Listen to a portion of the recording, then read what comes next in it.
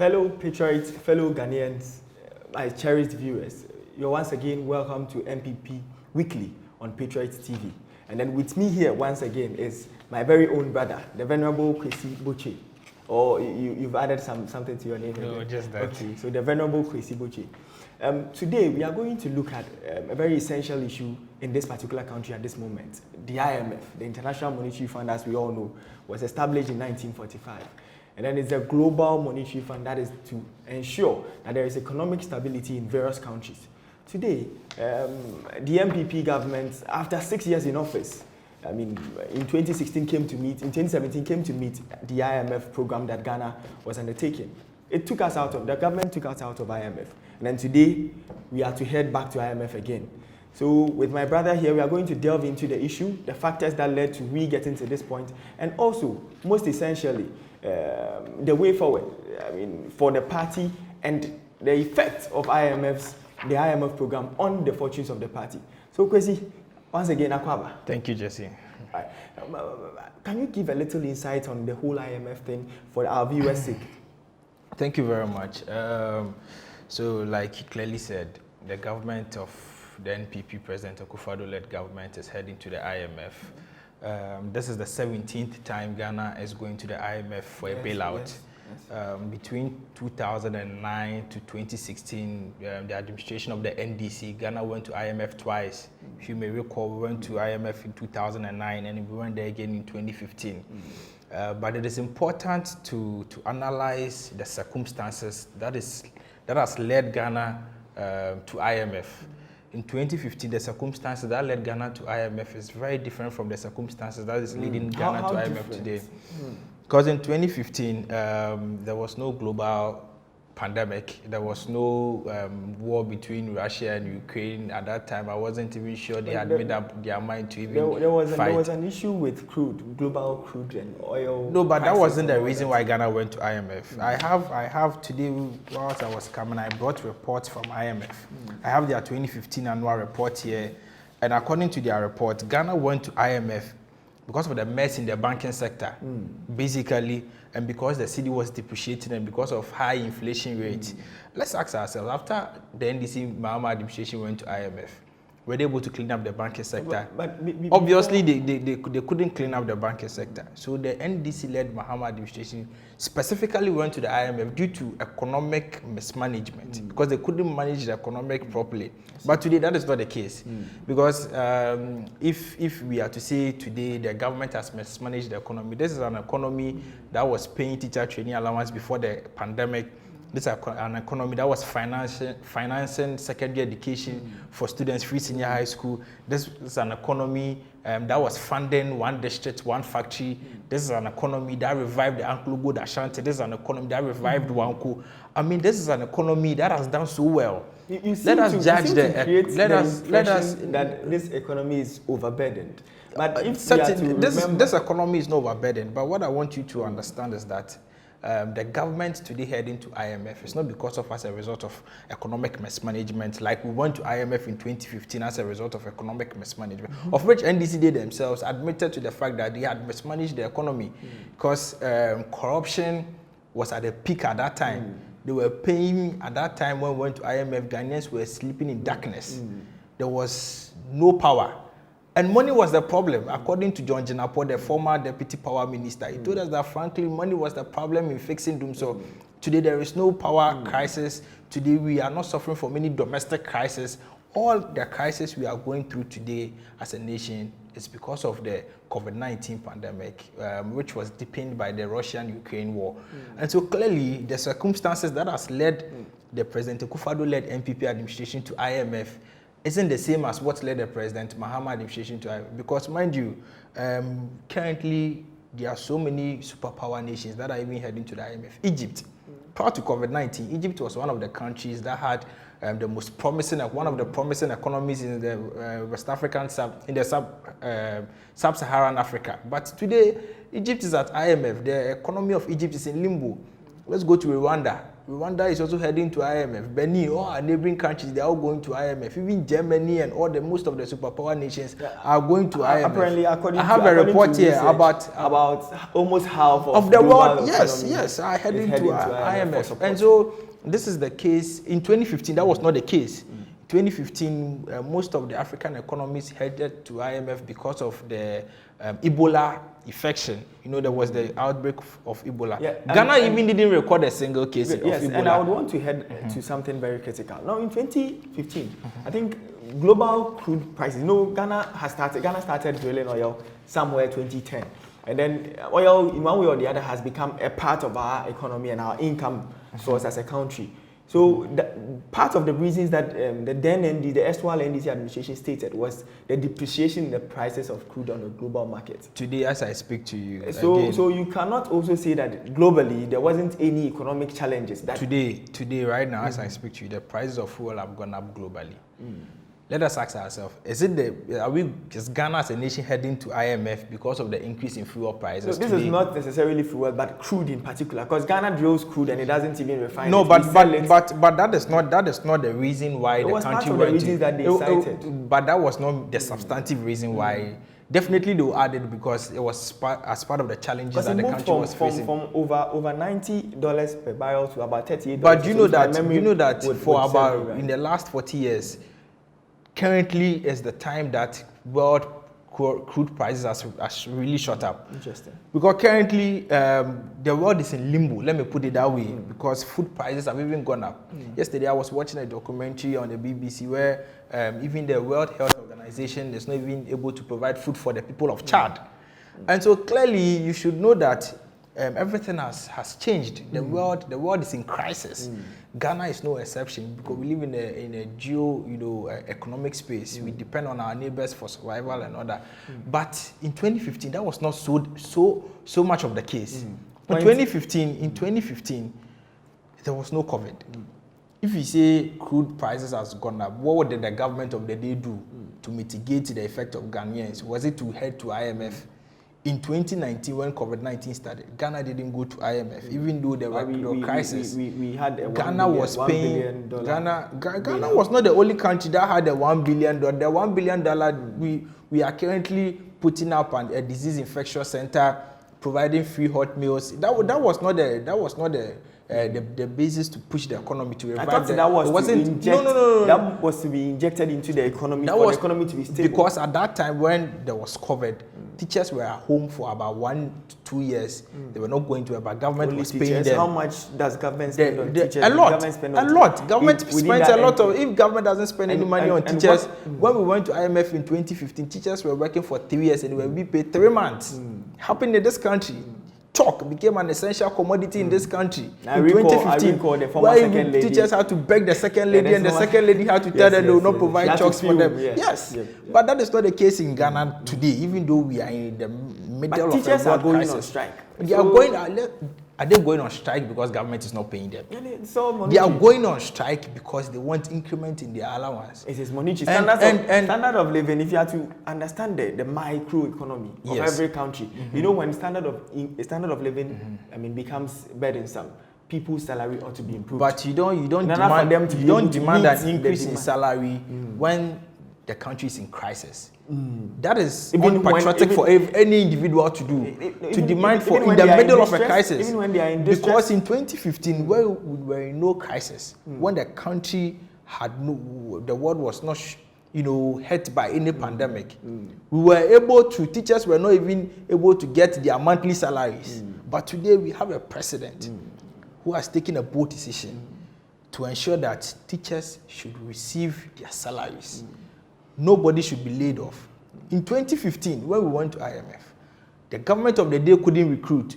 This is an economy that even in the middle of a crisis, we are still recruiting nurses, we are still recruiting teachers. We have recruited about 750,000 security persons into the public sector. And so clearly, this is an economy that is doing well, even in the middle of a crisis. Civil service also opened their portal. Do you know that if you look at the facts and figures, it is clear that if John Dramani Mahama or the NDC was to be in power today, by now we would have sold Ghana. That is per the statistics. Yes, by now we would have auctioned Ghana to the Western world to tell them that we are not able to take care of ourselves.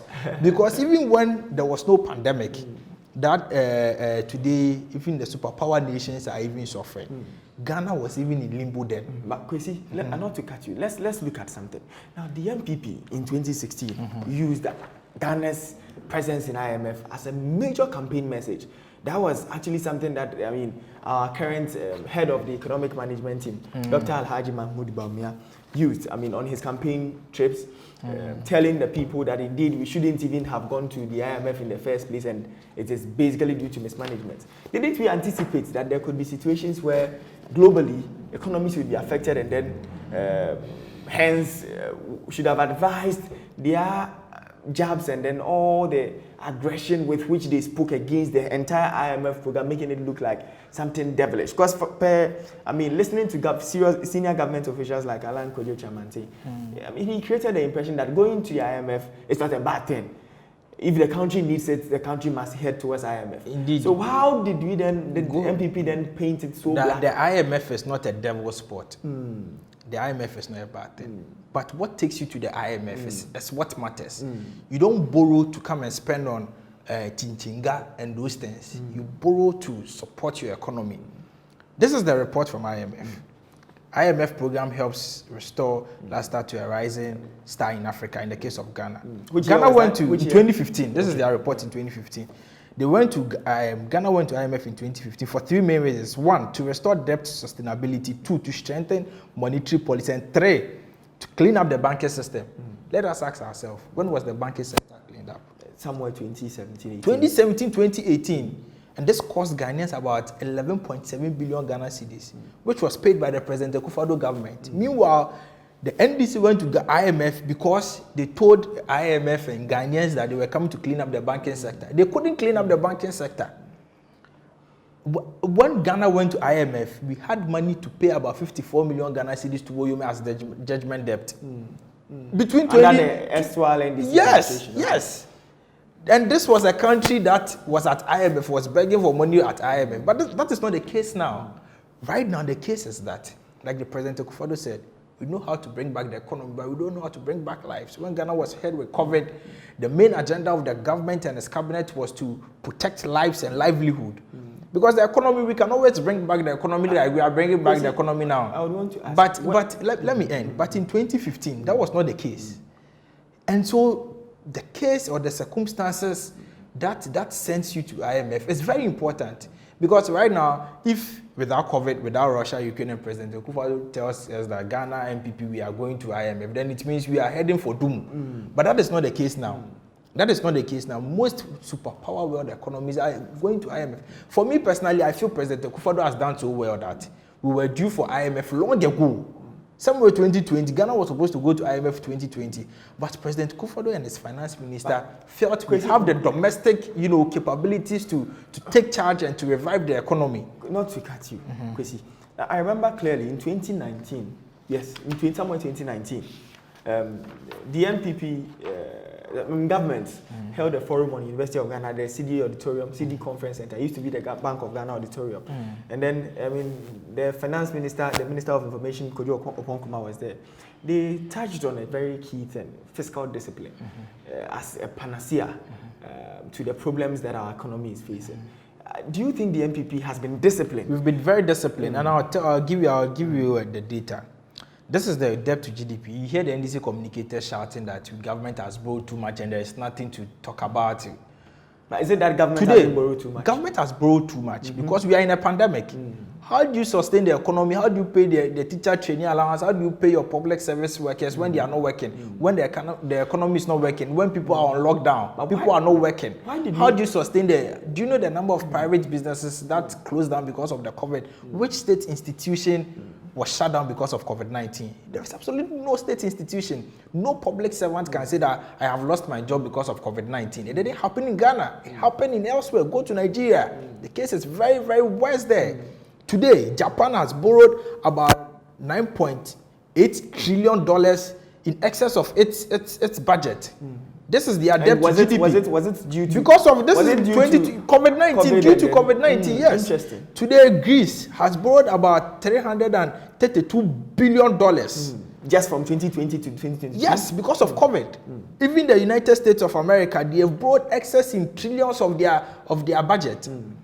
Is that the case in Ghana? I would want to delve Is that the case in Ghana? Is it accumulated debt or debt accrued during this 2-year period? Debt to GDP ratio of this country. Yes, as it stands. And this has gone up because of the COVID-19 and the Russian-Ukraine crisis. That is not the case in Ghana. They tell you the government has borrowed too much, government is spending our money. All the monies they borrowed for the Circle Dubai interchange and the Kaswa interchange, it is the President Akufo-Addo government that is paying. Where should government get the money from? We were bringing e-levy, you people stood as monsters to block the e-levy. Yes, government is paying all this. The Circle Dubai interchange cost Ghanaian, the taxpayer, about $270 million. Yes, and the interest alone is about $24.7 million. And the Ghanaians are paying this. I remember the firm involved, I watched a Brazilian documentary, the firm involved actually... They behave with the corruption scandal in Brazil, and I think one of their general managers have even been jailed. And this was a firm that was in bed with the former president and the former administration. Such a corrupt firm. The former leader of Brazil was also in jail. Yes. Was sentenced. And I don't know why the former leader of Ghana is not in jail. Anyway, I'm sure we should take that matter up. That is the sole mandate of the current system. Yes, but the former administration, they only came to milk the state. They couldn't do anything better for them. I mean, because it all boils down to this. Is it that there is lack of discipline in the system and hence governments come, governments go? We've been to IMF 17 times and then the status quo remain the same. We fix our economy to a point and then we go back into shambles again? No, the economy... Because there is the tendency of we having another crisis of a different sort again. Yes, but recently there was monkeypox. We just prayed it didn't blow out of proportion. But the fiscal, currently the President Akufo-Addo government is adhering to strict fiscal policy. When was the last time you heard of a corruption scandal in government? Well, corruption scandals have reduced drastically. The government has blocked all corrupt avenues. We were in this country, somebody came to brand a bus for 3.6 million Ghana cedis in this country. The smartest bus branding scandal. And that when we spent 3.6 million Ghana cedis, at that time, Ghanaians were sleeping in darkness. School children had to use candles. Candles burnt the houses of people, the properties of people. All happened in this country. But that is not the case today. I saw a meme on social media. Someone said about 5 years ago or 6 years ago, slave queens would have asked sugar daddies to give them generators. Absolutely. Generators. We went to IMF. We brought the money. iPhone 13. We went to IMF. We brought the money. They shared the money for slave queens. In 2015, the IMF money was shared for slave queens because there is no we went to IMF. We went to IMF. The economy was still in shambles. In 2017, we inherited Dumsor. It was the NPP administration that solved. In 2017, we inherited unemployment. But you haven't been able to solve unemployment, have you? Oh, but we've been able to manage unemployment. How? There is no president in the world that can come to Ghana and manage unemployment. And solve unemployment, sorry. But you can only manage unemployment. That's why I want to know how you've been able to manage it. We've currently, since 2012, the Mahama government didn't recruit a single nurse. Today we have recruited all of them. From 2012 till date, all nurses have been recruited. Yes, we've cleared the backlog and all nurses are currently working. Teachers have also been recruited. Recently there was recruitment in the securities of police, immigration and the military. And so we are solving it. But back to the situation of IMF. Today, where Ghana stands, people's lives have been affected. People's lives, people's livelihood, people's businesses have been affected by COVID-19. It is a fact because we were indoors for 6 months about lockdown. Kofi, but I seem to, have the perception that we have overemphasized the whole COVID thing. We haven't overemphasized it. That is the point. Aside COVID, what else has? It is important that you judge the president. When you are marking the President Akufo-Addo administration script, it is important to take into consideration from 2017 to 2019 what the government was doing, and from 2019 till date what has happened. From 2017 to 2019, when we came to power, agriculture sector was going negative. Today the agriculture sector is doing well. Today we have the planting for food and jobs, planting for rural and export development. A lot of interventions have been made. When we came to power, the growth to GDP was about 3.5%. Today it's about 7.5%, even in the middle of a crisis. When we came to power, the cedi was depreciating. We managed it until about 2020 when COVID-19 came to hit the country. You see, this is pure statistics. Absolutely, and so it is very important that the plight of the average Ghanaian in their pockets. And so it is important that we take into consideration from the NPP what happened. The message I have for Ghanaians is that indeed, what is your message? We are still managing the economy today. Let us compare Ghana's economy to the other Western world economy. Ghana, we are not dying. We are doing well. Do you know the number of people that died in Italy as a result of COVID-19? Ghana, how many people died? It was because of the strategic policies and improvement that was put in place by the government and the President Akufo-Addo-led administration. And so indeed, yet Sikaso, but Sikano yet the year Niama, you be making sure say government will at the end of the day, the people will not suffer. Do you understand what I'm saying? Because currently, do you know that prices of fuel in Rwanda now is almost double of the price of fuel in Ghana? It is because of the subsidies and other interventions that have been put in place by the government. And so I know that in due time, this too shall pass. This too shall definitely pass. Because right now, countries are borrowing excess. Singapore is borrowing excess. Belgium is borrowing excess. I have the list of countries that have gone to IMF. Just let me land with this. Let me land with this. This is the list of countries that have gone to IMF. In sub-Saharan Africa alone, I'll mention some few countries to you before we go. Angola before COVID-19 was doing very well with the economy. Benin today is at IMF. Burkina Faso is at IMF. Burundi is at IMF. Cape Verde is at IMF. Cameroon is at IMF. Central African Republic is at IMF. Chad, they've been at IMF since somewhere about 2006. So how many African countries in total? Close to about 35 African countries. But there are 52 African countries. Close to about 35 African countries. Those who haven't gone to IMF have other funding agencies. You know, IMF, you need to be a member before they can help you. So those about who are not on, yes, so those who are not on IMF programs might either be on a World Bank program or other. But there are countries who are also not on any program because of proper management of the economy. Mention a single country. Oh, I mean, there are so many countries. Mention a single country. There are so many facts. No, just mention a single country. I have mentioned the countries to you. World economy is in limbo. Even the United States economy is in limbo. I just mentioned to you that they have brought in excess trillion of their budget. But do you understand? Debt? Yes, but they've still borrowed because of COVID. But not for COVID, they wouldn't have been here by now. Do you understand? So it is clear that COVID-19 has come to hit nations, has come to hit, and Ghana is no exception. Ghana has not been any exception. Now, to the most important question: what is the way forward? Right now, we are going into a program. The way forward is that we are going into a program to exit in 3 years' time and then go back again. No, the way forward is that we are going to make sure that putting in place. Currently, public finances have been hit by the COVID-19 in the UK. So we are going to IMF to ensure that this rating agencies that they have downgraded Ghana and most countries in the recent times will ensure strict fiscal discipline to boost investor confidence, to welcome more investors, and because the IMF is just going to give us about $2 billion, and that is not enough to sustain the country's economy. Don't you think the government size ought to be cut to reduce expenditure? Government will do that. Currently, I know government has cut expenditure on foreign travel for ministers and for seminars and you know CEOs and those things. Yes, and I think it's very important. But the most important thing that must be done right now, I think, is to make sure that we make digitization play a very important role. To seal the because when things come, when Ghana goes in, people also think, okay, we've gone to IMF now, it is time to blow more cash. I think the president needs to also check that. Yes. The president also needs to reshuffle his ministers.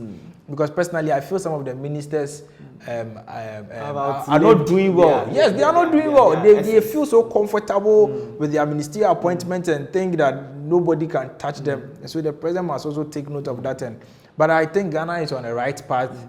In the next year, I believe by the time the year should go to an end, the economy will definitely bounce back.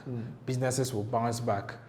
lives and livelihood that have been disrupted by the global pandemic will also bounce back. Hopefully. And at the end of the day, we all know that, like I've told you, this too shall pass. I am very optimistic of the fact that the President Akufo-Addo-led government is a disciplined government, and they've put in strict measures that will make things very better. And how would you rate the NPP government on economic management? On economic management, on a scale of 1 to 10, I'll rate them 7. And I'll rate them 7 because, like I mentioned to you, you promised 10. Like I mentioned to you, you promised 10 out of 10. Yes, and I'll rate them 7 because right now, even though we've been hit with the pandemic, I mentioned of 1D, 1F. Go to Ekumfi. It was brought from the scratch. Today we are able to take Ekumfi to the Western world to sell it to them. Today the National ID card program, we are still rolling it. Even in the time of a pandemic, we are still enrolled. In 2014, they started the Ghana ID card, if you remember. They couldn't do it. There was no pandemic, but they couldn't do it. Today we have automobile industries. VW and the rest. Yes, VW and the rest, they are coming to Ghana. They are in Ghana, actually. Yes, most of them are in Ghana. Today, Uncle Gold Ashanti in 2015 was being sold to Ashanti for $1. Wamco has been revived today. They've recruited about 170 workers working at the West African Mail Company. Today, as I speak to you, Ghana Post has been revived. As I speak to you, there are ambulances across all the constituencies and districts in this country. In 2015, we were not in any pandemic in 2016. They couldn't even provide them. The ambulances they brought, it was only fit to be used as a fried rice van. As a restaurant van. It couldn't be used for anything. At a warehouse. Yes. Go to a point, I heard FanMark wanted to buy the ambulances to use them as a fine ice truck. And as I speak to you currently, we've recruited, like I mentioned to you, about 750,000 health workers and persons into the public sector. The financial sector has been cleaned up. I have the statistics here I can share with you. About 4 million depositors were saved, their finances were saved. About 347 microfinances, 15 savings and loans, 8 finance houses had their licenses revoked. A total of about 34 banks were reduced to 23 banks. And this saved the Ghanaian people about 35 billion Ghana cedis. This is something the government has done. And you cannot say this is a government that has mismanaged the economy. The economy has not been mismanaged. The economy has been kept well. The economy is in safe hands. And the economy has only been hit with the pandemic and with a fight between Russia and Ukraine, who determine the pace of the world. Because crude you mentioned today, Russia is one of the largest producers of crude in the world today. Let's take wheat. Let's go to Ukraine, things they produce for the world. And so agriculture has been globally affected. But Ghana today, we are not recording negative in our agriculture sector. In 2015, there was no pandemic, but Ghana was recording negative. But it was as a result of mismanagement. I understand. Let's get it clearly. But you believe and you have the conviction that the NPP government can do better. Definitely, the NPP government is doing better. Can do better. Yes, we can do better. Are you okay with this, or you believe we can do better? We can do better. We can do better. Okay, so let's end it. We can do better, but before I end, the alternative, the opposition we have in this country is an opposition that can be that I don't know, but I think is suffering from witchcraft. Because you know, any good thing that will come to Ghana, this is an opposition that will stand up and rise against it.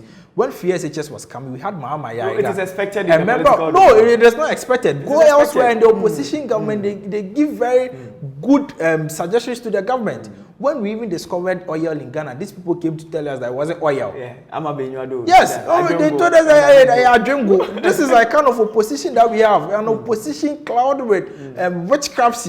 That is what we have. When we were bringing e-levy, they told us we were coming to steal from the state. And that is what has led us here. That is what has led us here today. I wanted to touch on the These people, they are not in for the. We don't have time today. Yes, but the alternative, as we end, what I want to say is that the alternative, not only scary, but the alternative is empty. All right. The alternative is empty. And so even if President Akufo-Addo even is going to IMF, the alternative would have sold the country. All right. The alternative would have sold the country. The alternative is empty. As stipulated here by the Venerable, I call him the Venerable Kwesi Boche. Once again, this is Patriots TV, and we bring you NPP Weekly each and every week. Thank you so much for tuning in. Thank you so much for watching the video. share, subscribe, and then follow up on NPP TV, Patriots TV, as we bring you best of whatever happens in this particular country. Thank you once again.